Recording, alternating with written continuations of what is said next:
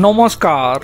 অনেকের মতামত, প্রায় 14 বছর পশ্চিমবঙ্গে ক্ষমতায় থাকার সুবাদে তৃণমূলের সময়কালে পশ্চিমবঙ্গে যেভাবে চাকরি চুরির ঘটনা থেকে শুরু করে বিভিন্ন দুর্নীতি এবং চুরির ঘটনা ঘটে যাওয়ার কারণে শিক্ষিত বেকার প্রজন্ম থেকে সাধারণ জনগণ যেভাবে ক্ষতিগ্রস্ত হয়েছে এবং আরজিকরের মতো ঘটনা থেকে শুরু করে মুসলিম সম্প্রদায়ের জনগণের বেশিরভাগ জনই যেখানে তৃণমূলকে ভোট দেন তাদেরকেই যেখানে তৃণমূলের শাসনকালে মরতে হয়।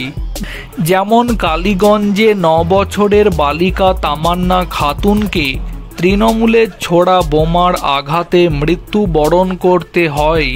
এরপরেও কি পশ্চিমবঙ্গের শুভ বুদ্ধি সম্পন্ন কোনো মানুষ তৃণমূল দলটা করতে পারে? কিংবা 2026-এর পশ্চিমবঙ্গ বিধানসভা ভোটে এরপরেও কি এই তৃণমূল দলকে ভোট দেওয়া যায়? এবার তাহলে কি এটাই বলতে হয় বিবেকের জাগরণ থেকে এই ব্যক্তি এই কাজটি করলেন? এবার যেমনটা দেখতে পাওয়া যাচ্ছে, গত কয়েকদিন আগে তৃণমূল বিধায়কের হাত ধরে যোগদান করেছিলেন, কিন্তু দুর্নীতির দলে মানিয়ে নিতে পারেননি তিনি নিজেকে। শেষ পর্যন্ত ফিরে এলেন সেই বিজেপিতে।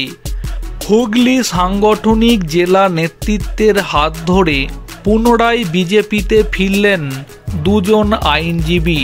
ইতিমধ্যে বিজেপি তাদের সোশ্যাল মিডিয়া প্ল্যাটফর্মে সেই ছবি শেয়ার করেছে।